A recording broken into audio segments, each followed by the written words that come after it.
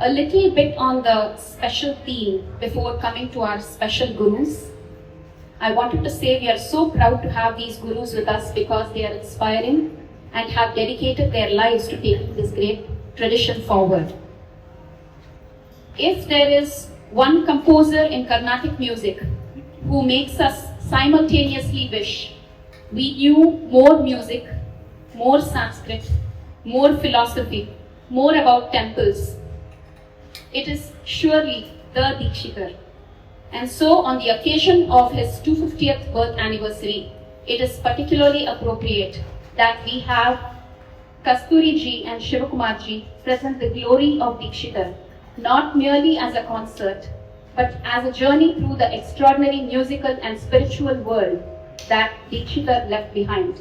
And our guides on this journey are particularly well suited to the task. Guru Dr. Shivakumar Bhat,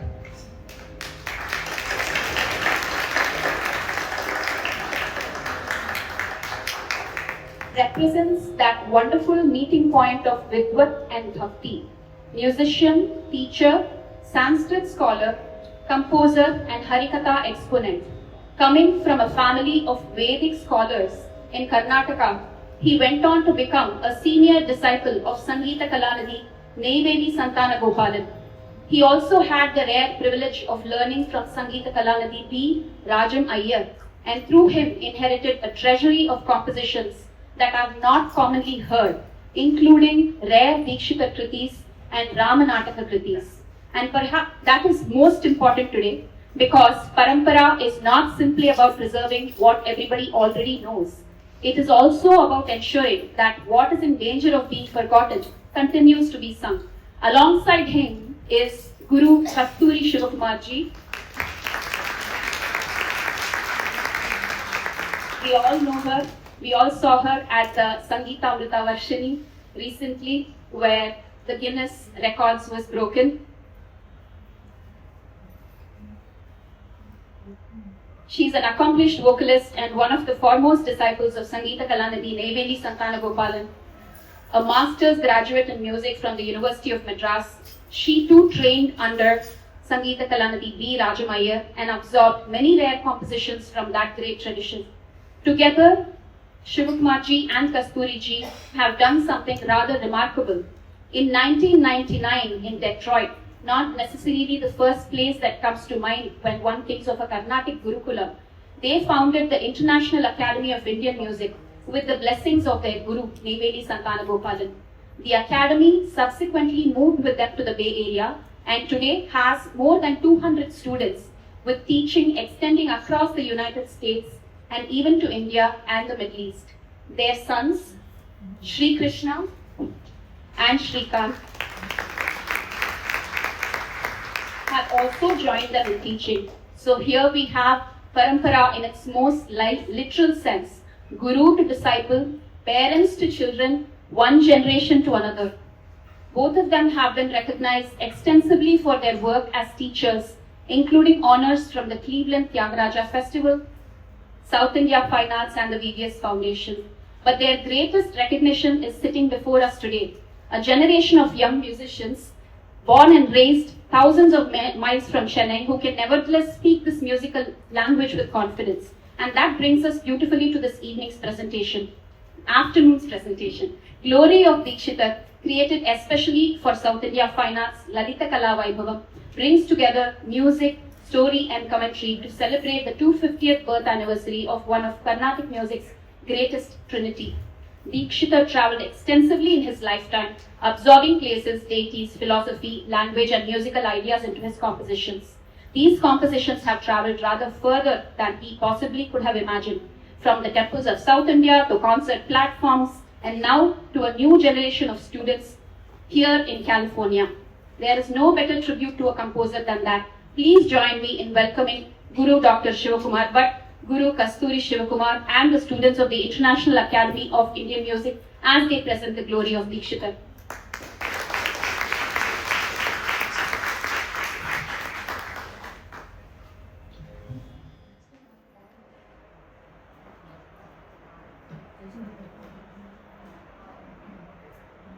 Namaskaram everyone. On behalf of the International Academy of Indian Music, we welcome you all to Glory of Dikshitar, presented today by our students in the 250th birth anniversary year of Sri Muthuswami Dikshitar, one of the Trinity composers. History rarely gives us a composer, a poet, scholar, and a saint in one person. Dikshitar was all four: a master of Sanskrit, a philosopher, a devotee, immersed in Sri Vidya Upasana, a pilgrim who turned sacred geography into music, an accomplished Vaidika, and a mind open enough to absorb new musical ideas without losing its roots in tradition. For him, music was never an entertainment, it was worship. Today's program traces that life, a life in which every temple became a song, every raga a prayer, and every composition a doorway to the divine. We begin with the Panchamatanga Mukha, a salutation to Lord Ganesha, remover of obstacles, embodiment of wisdom and composition.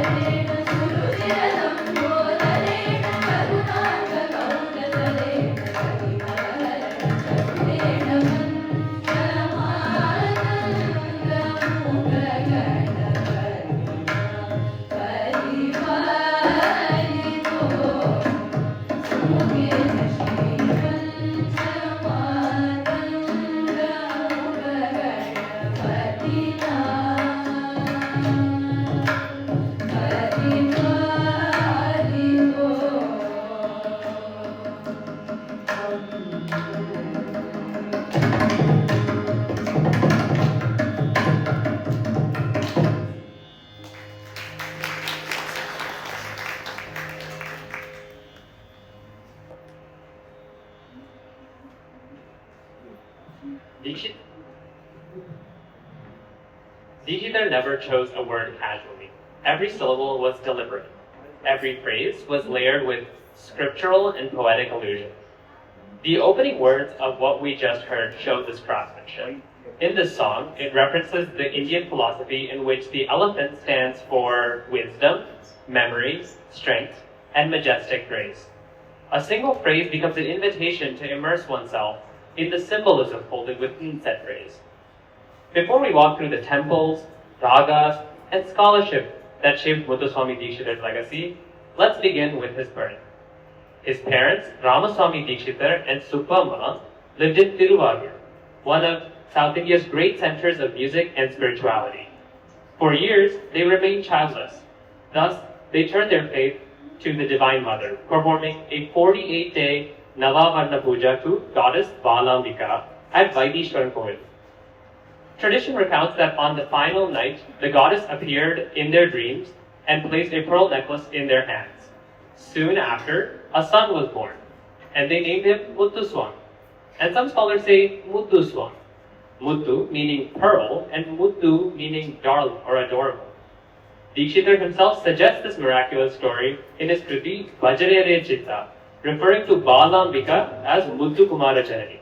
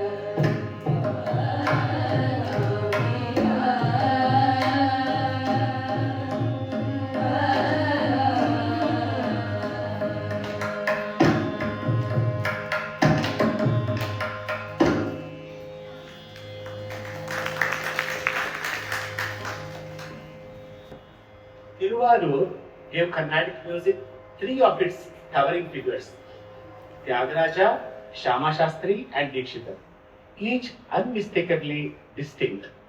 Tyagaraja is known for his overflowing devotion to Rama. Shama Shastri is known for his rhythmic sophistication and his childlike, heartfelt pleas to the Divine Mother's grace.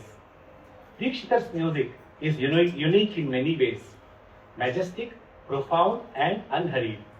It unfolds like the massive wooden door of an ancient temple, opening one after another at Brahma Muhurtam, slowly leading us towards the sanctum.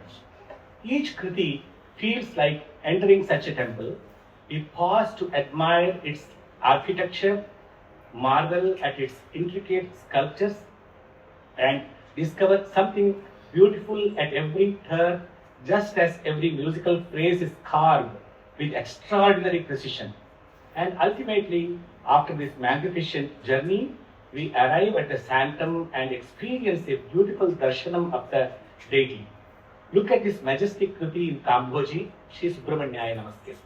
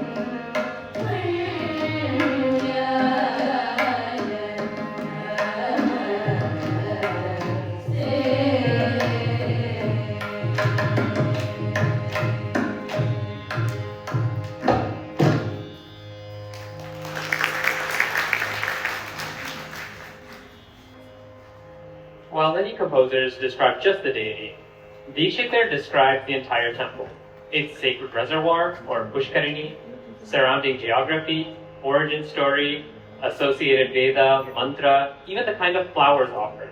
By the end of the song, the listener feels like they've completed a pilgrimage. He walked temple after temple across South India on foot, not to collect material, but because devotion itself was his life's journey. Dikshitar's kritis help us visualize the divine setting around the principal deity, like watching a sacred drama from the Puranas unfold. Shri Guruguha Tarayashimam beautifully brings us before Skanda along with the deities and divine beings associated with it. Through these references, Dikshitar evokes episodes of Skanda's birth and manifestation. His compositions thus become musical portraits of sacred stories, allowing us to hear the music and visualize the scene at once.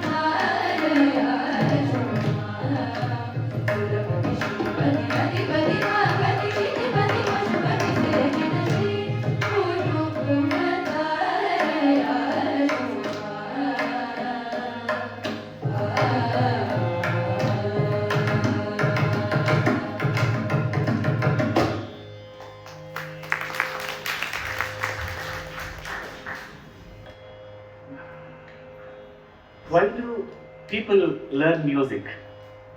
Ask 10 people and you will probably hear 10 different answers. Because it makes me happy to perform concerts, to become famous. Some answers are thoughtful, some practical.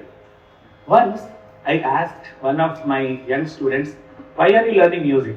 Without missing a beat, he replied, because my parents wanted me to. So I asked, then why do your parents want you to learn music? Expecting him to say, they want me to get happiness or become a good singer. But he said, because they could not. I wasn't very sure whether to laugh or to apologize to his parents. For Dikshitar, however, none of these reasons would have mattered. He did not compose for fame, applause, or even to leave behind a musical legacy. Music itself was his worship.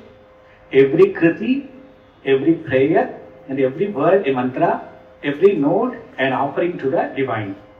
His scholarship extended far beyond music, deeply versed in the Vedas, Tantra Shastra, Shividya Upasana, and Advaita Vedanta, and enriched by years in Kashi, immersed him in Hindustani music.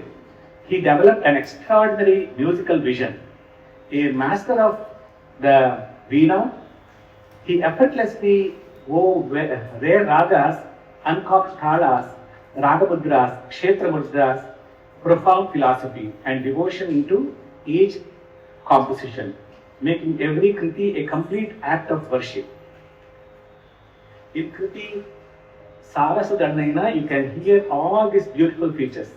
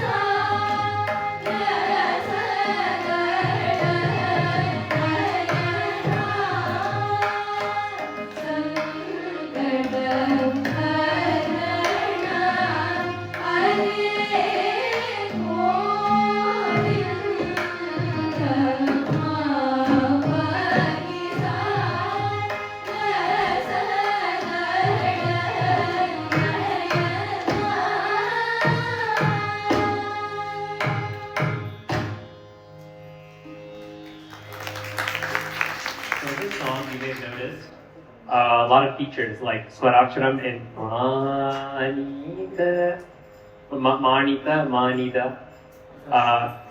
and these are called Suchita Swaraksharam. You also heard a rare talam, this Chatushra Jati Champatalam.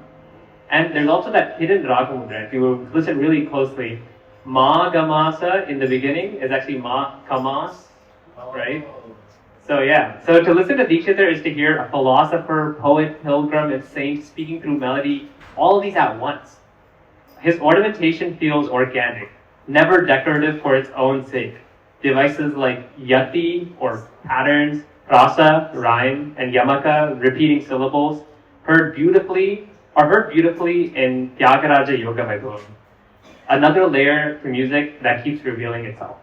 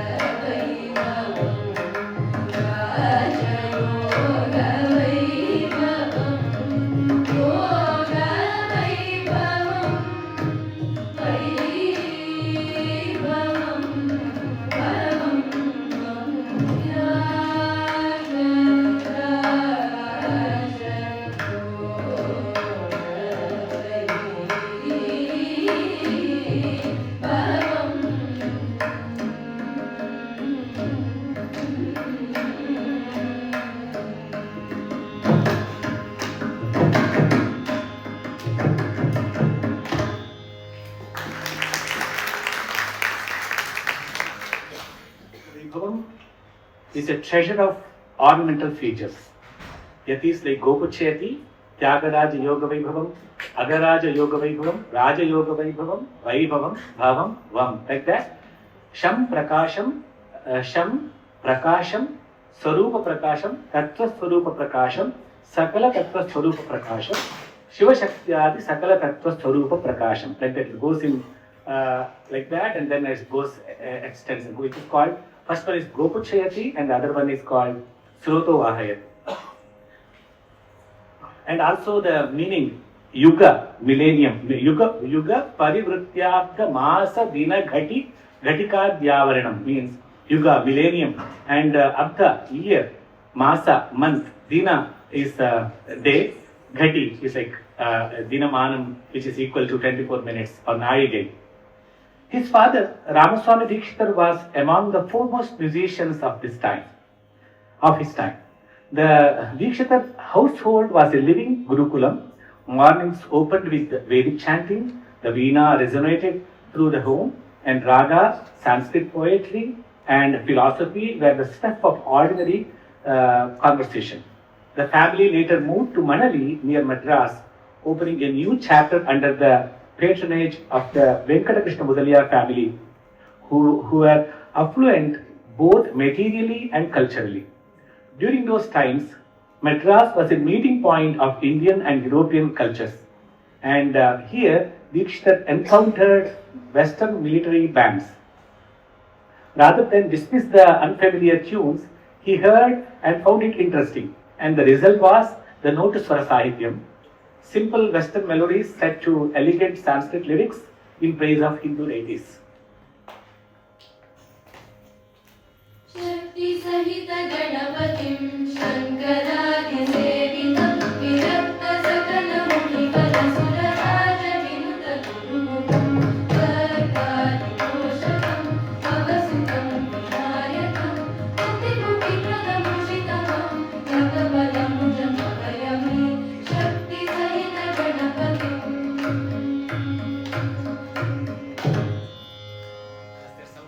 Western band? Yes, it does. And that is exactly the point.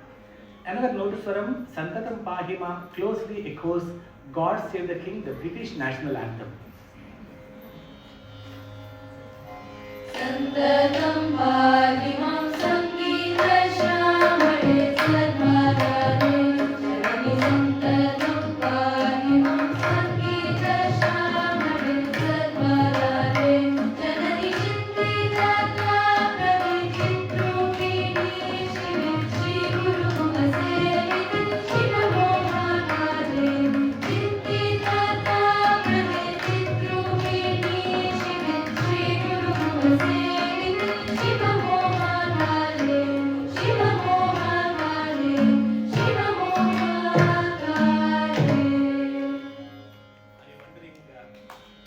Are you wondering how the God Save the King sound? God save our gracious King, God live our noble King, God save the King. Send him victorious, happy and glorious, long to reign over us, God save the King.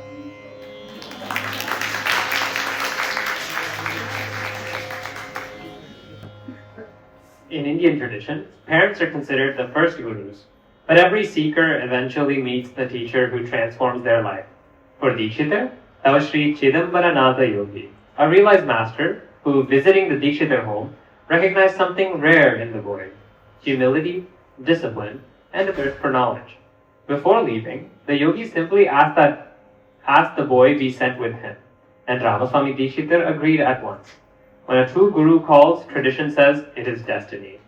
The young disciple now walked to Kashi on the banks of the Ganga. Here's Gange Maapati.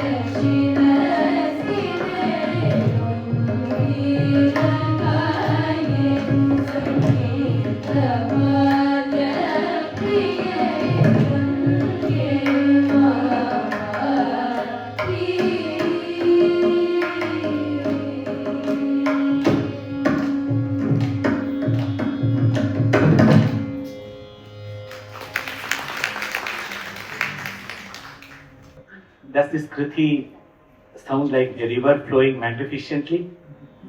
The Asi Varana, that reference to Varanasi, the city between two rivers, Asi and Varana. Kashi gave Dikshitar scholarship. The river Ganga gave him inspiration. There he learned far more than music: the Vedas, Vedanta, Shividya Tantra, Yoga, Mantra Shastra, and temple ritual, alongside the grand Hindustani music. Listeners today can hear subtle echoes of that northern influence, not imitation but assimilation. The ragas like Dvijavanti, Yamuna Kalyani, Hamid Kalyani, and Samanta, these ragas came from Hindustani music. We will listen to these ragas starting with beautiful Kriti in Samanta.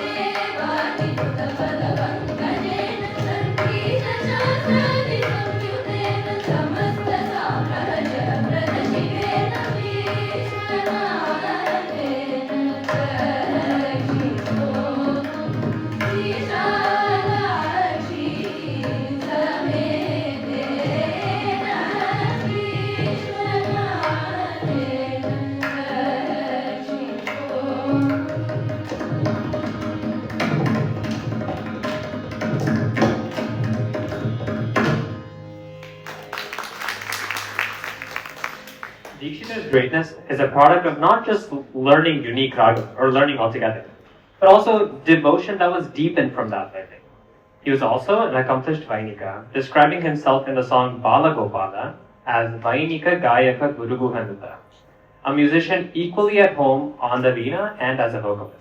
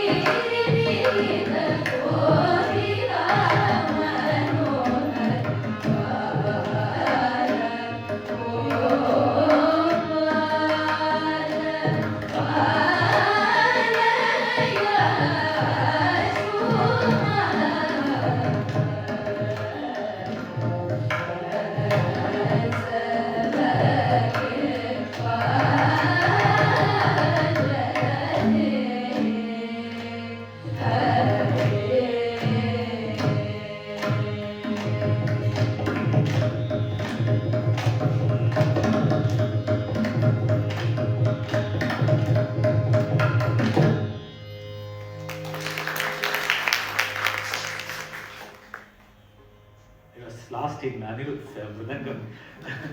So,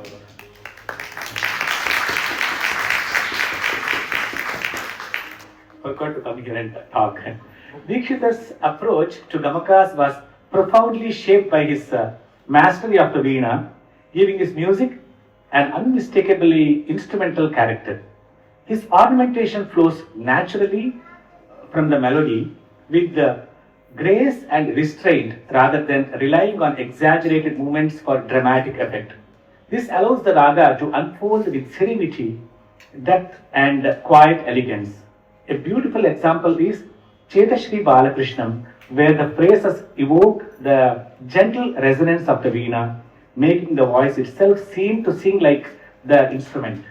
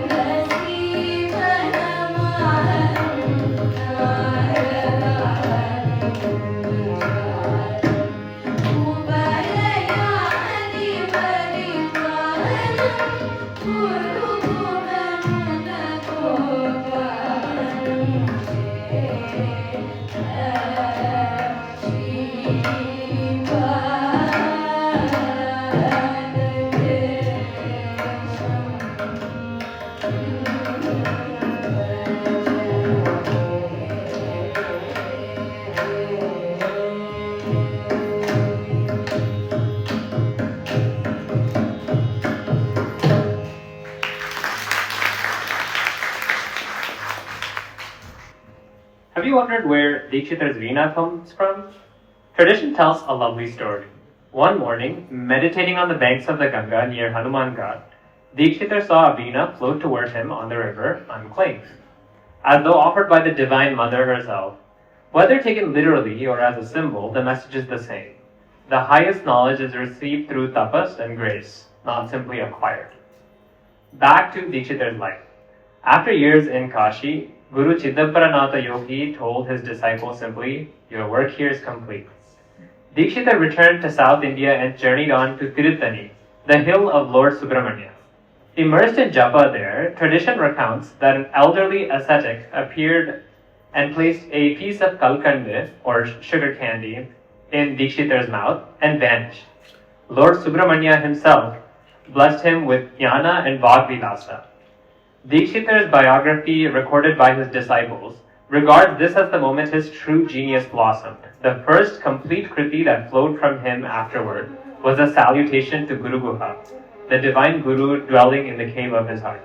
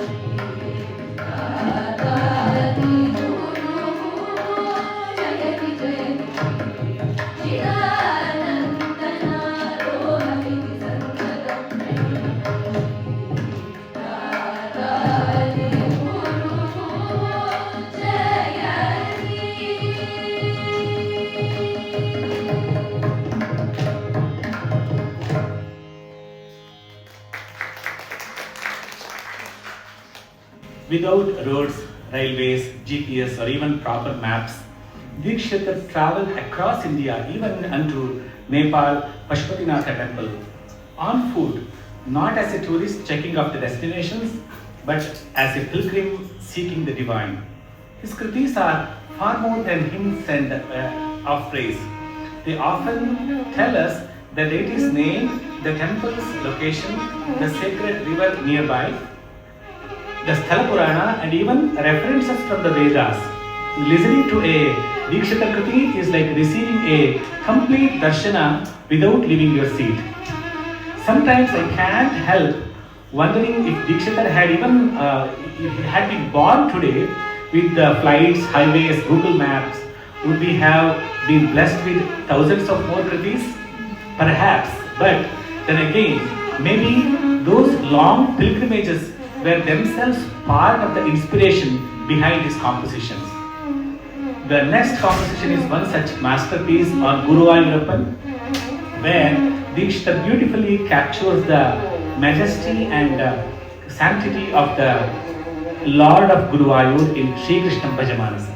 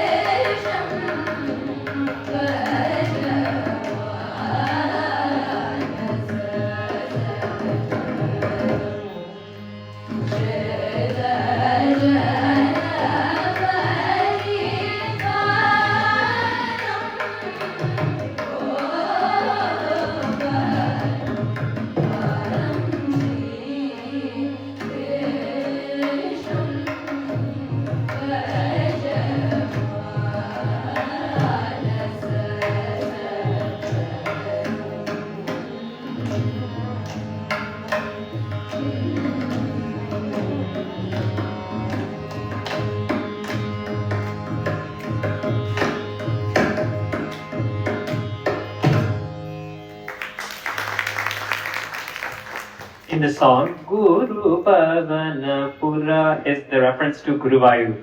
So Guru Pavana is Vayu, Guru Vayu Puram, Guru Vayu. Indian philosophy understands the universe through 5 elements: earth, water, fire, air, and space. Each is embodied in a temple where Shiva is worshipped in the corresponding form. Dikshitar composed on all 5. In earth, or as earth in Kanchipuram, Shiva is represented as Ekambranatha. In Tiruvanekaval, he's worshipped as Jambukeshwara, the water element, where water actually springs beneath the linga. In Arunachalam, he's worshipped as the eternal flame of knowledge, fire. In Sri Kalahasti, he is worshipped as the unseen movement of breath, thus air. And then in Chidambaram, he is worshipped as Nataraja, the Chidambara Rahasya, as space.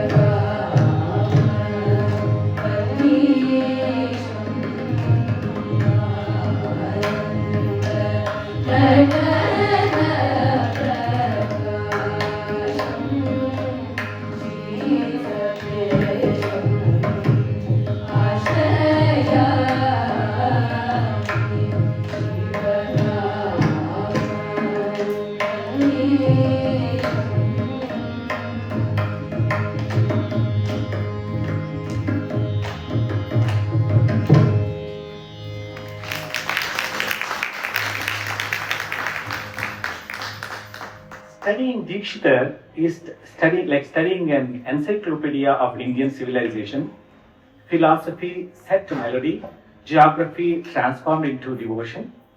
Sanskrit scholars and musicians alike regard him among the finest Sanskrit composers in the tradition, choosing every syllable with deliberate intent. It is considered a mantra. In the Kriti, Vibhakti Kriti Guruguhaya Bhattanugrahaya, Dikshitar calls Lord Skanda an essence of all mantras and agama.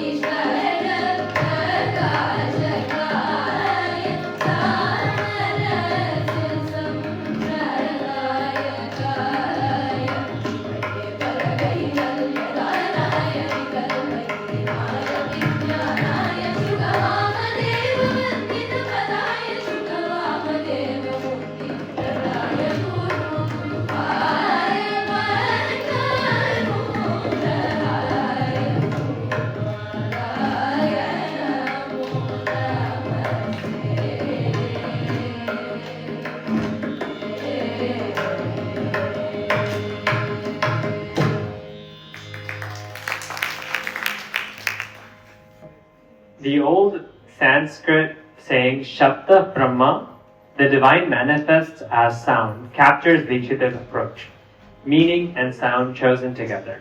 So nothing feels forced.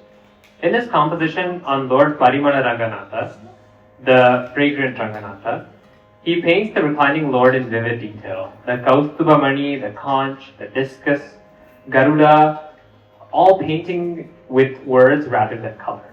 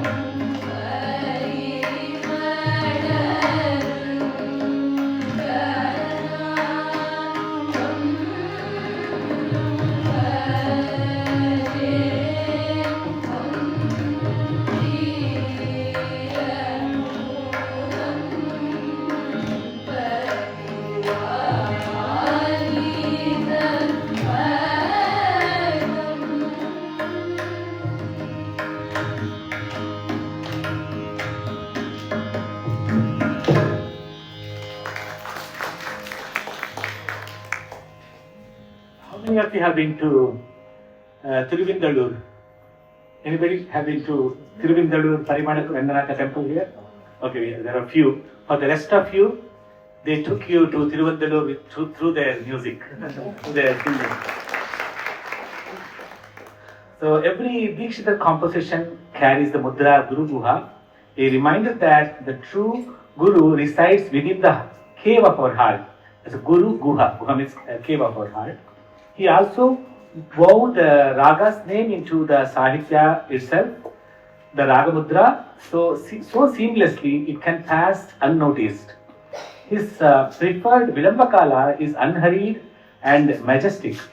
Even the silence between two notes carries meaning.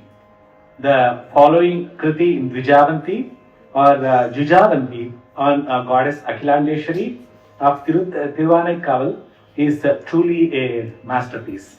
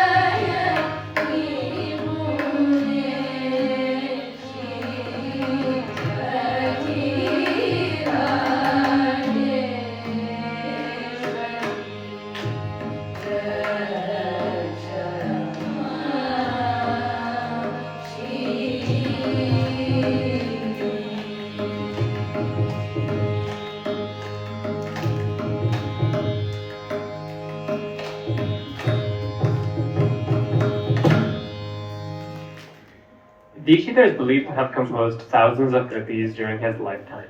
Sadly, many have been lost to time, while those that survived were handed down faithfully through generations of disciples. We owe an immeasurable debt of gratitude to his grandnephew, Subbarama Dikshitar. His monumental work, the Sangeeta Sampradaya Pradarshini, meticulously preserved the authentic versions of hundreds of Dikshitar's compositions, complete with their notations, the gamakams, and musical tradition.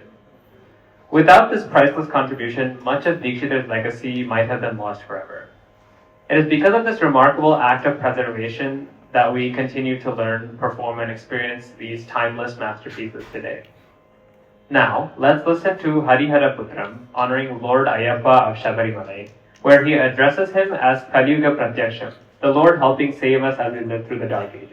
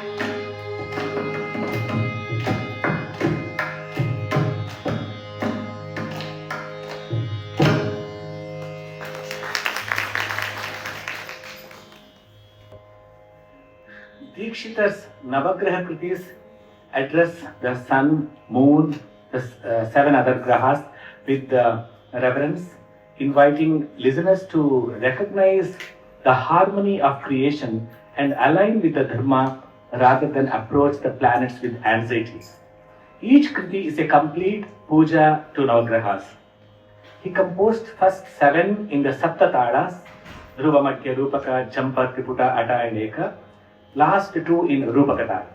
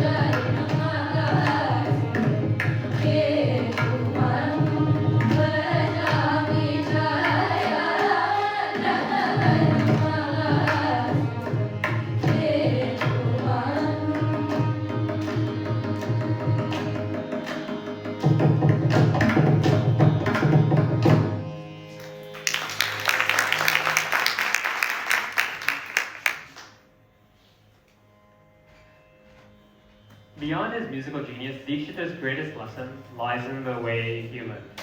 His true wealth was knowledge, his ornament, selflessness, and his constant companion, unwavering devotion.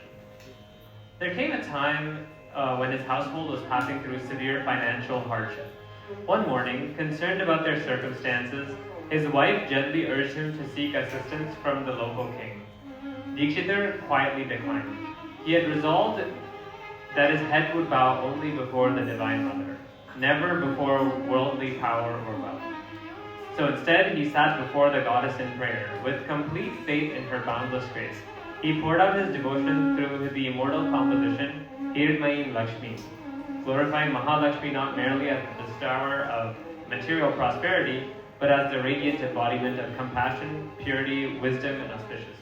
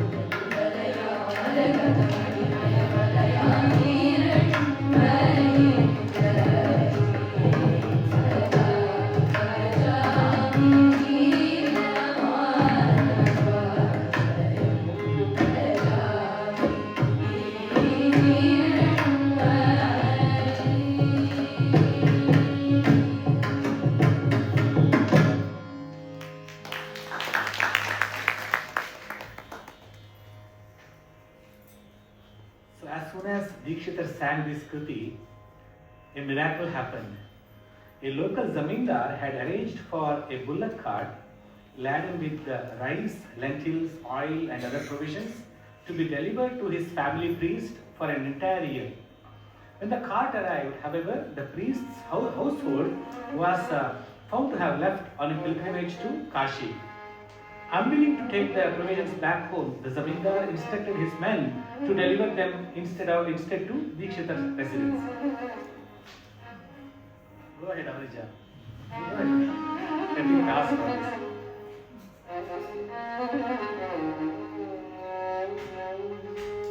Very nice. A little thing that can attract you so much, Sriragam.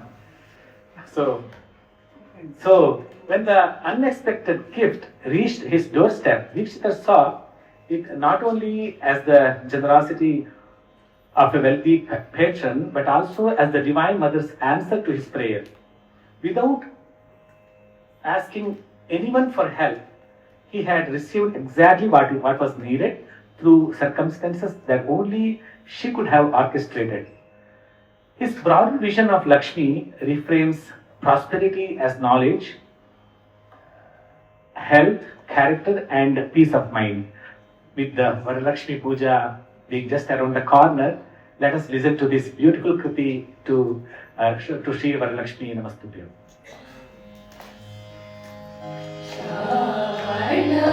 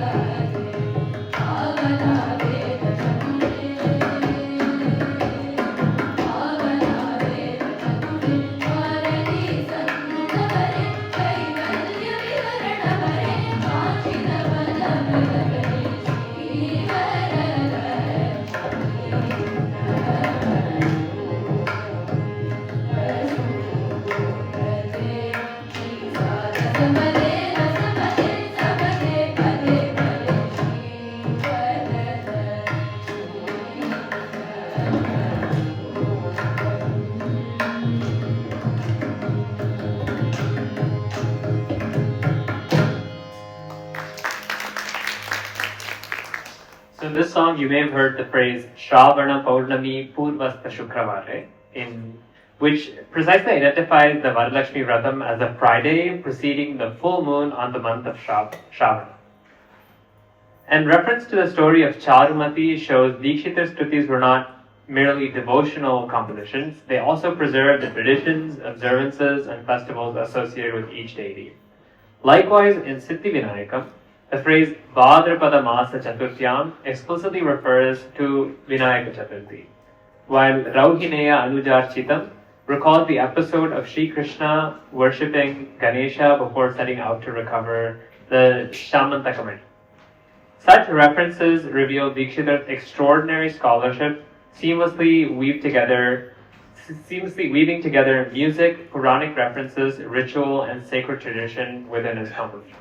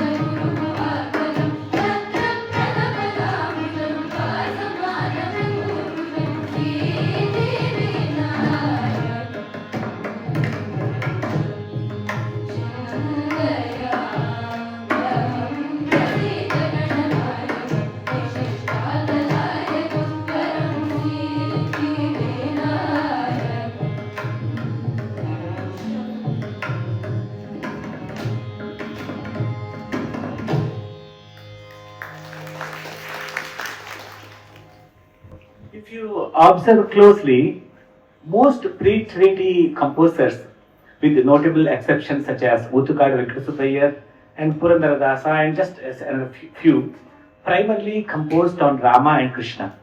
Dikshitar, however, composed on Shiva, Vishnu, Devi, Subramanya, Ganapati, Navagrahas, sacred rivers, and countless kshetras across India, transcending any single deity, region, or philosophical tradition. Without composers like Dikshitar, Carnatic music would have been immeasurably poorer in its rich repertoire on Devi, Ganesha, Shiva, Subramanya, and many more. Dikshitar's composition, Sri Dakshinamurti, is contemplative, gracious, and deeply meditative. Lord Dakshinamurti teaches through silence, as the scriptures declare. Mauna Vyakya Prakatita Parabrahma Tattvam. The highest truth is revealed through silence. Let us listen to this beautiful Sri Dakshinamurti.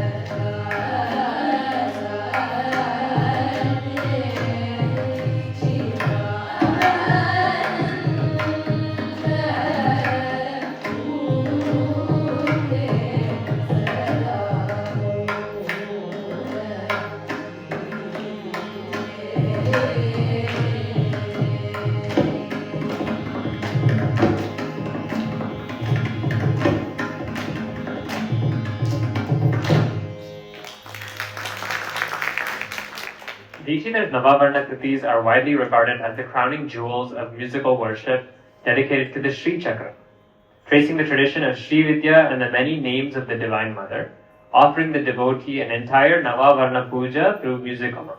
We now present the Dhyana Kriti in Todi, the invocation, and the Mangala Kriti in Sri Raga, bringing the worship to its auspicious completion.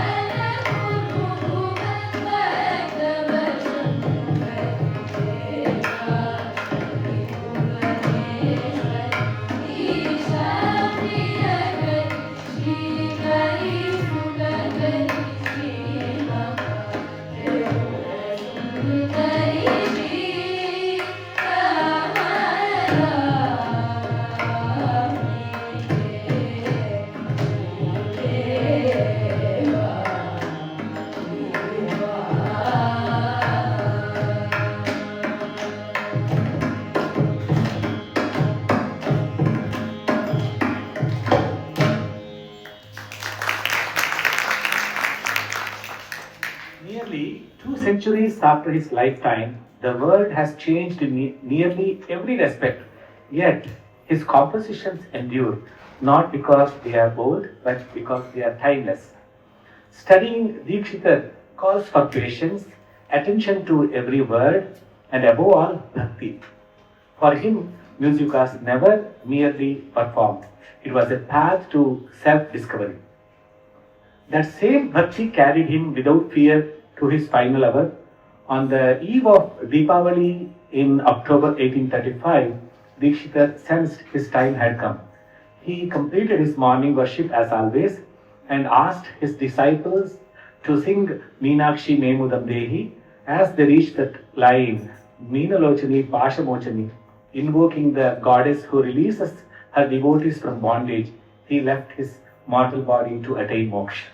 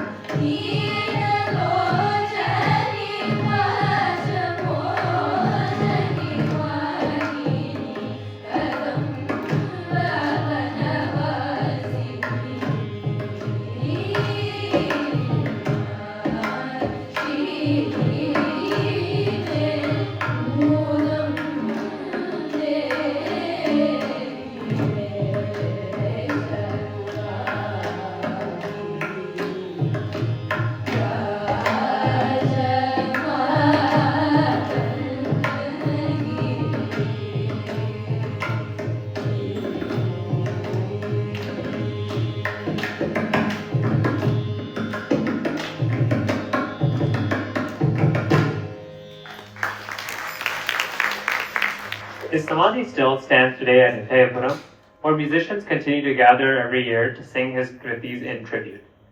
It is appropriate then to close today's program not in sorrow but in triumph, as Dikshitar himself so often did. His Mamava Pattabhirama depicts Lord Rama at his Pattabhishekam, or coronation, in Ayodhya, after Adharma had been overcome. Let us now witness the glorious Pattabhishekam of Lord Rama together, a magnificent scene that unfolds before our eyes, with Rama and Sita on the throne, surrounded by Lakshmana, Bharata, Shatrughna, Hanuman, Vashishta, Vibhishana, Sugriva, and the many kings and distinguished guests gathered for this sacred coronation.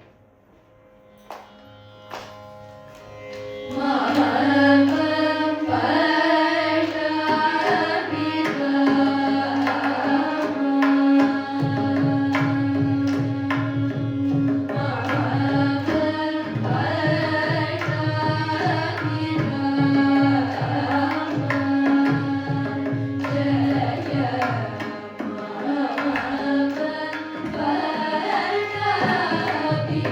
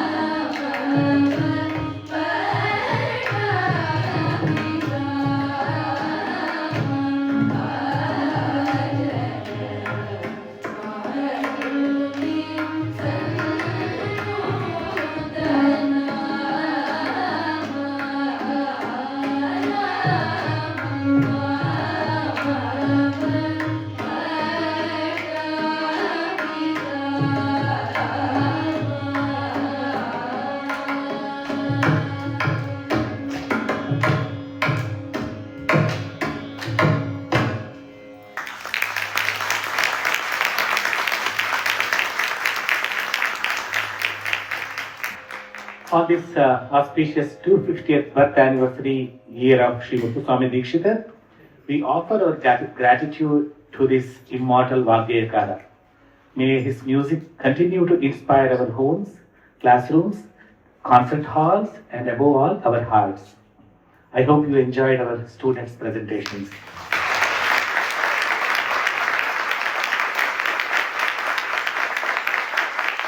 They worked very hard, sacrificing much of their summer holiday fun to prepare for this program.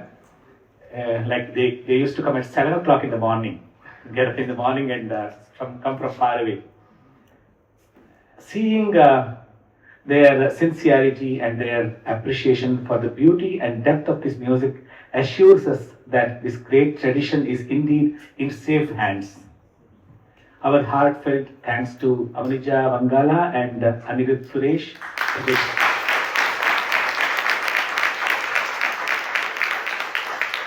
for accompanying our students so beautifully. Accompanying medleys and short presentations requires special skill and quick musical response, and they handled it so wonderfully. We also thank their gurus, Padma Shankar and Avanija's guru, and Ravindra Bharati Sridharan Shri, our Anirudh's guru, for preparing these talented young artists.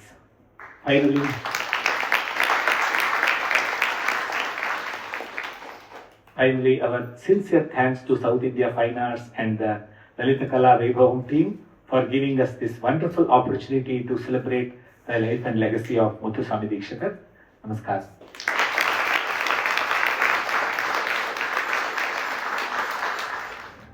Namaskaram everyone. Let's give another round of applause to the wonderful performers. It was such an amazing presentation, so beautiful with so much variety. I can only imagine the amount of hard work that they've all done to achieve this. A lot has been already spoken about the glories of Dikshitar, so I don't have to speak about that. But then, as performers and as listeners, there's so much to focus on when you listen to a Dikshitar Kriti. There's ragams, there's sahityam, there's yatis, as they showed. There's swaraksharams. You don't notice some of these things. You listen to a Kriti 10 times, 20 times, and then even then you don't notice some of these things. So they have covered so many talas, so many ragams, so many aspects, and it all came out so beautifully. So, and the accompanists were so supportive, and Avanija's violin was so sweet and melodious and following through. Especially during the narrations, the BGM that she provided was, I had to mention that because I loved it. And Anirudh on the Mridangam, so measured, so precise, very well accompanied. So we must congratulate all their gurus for giving us this wonderful presentation. Thank you all. Thanks all for attending.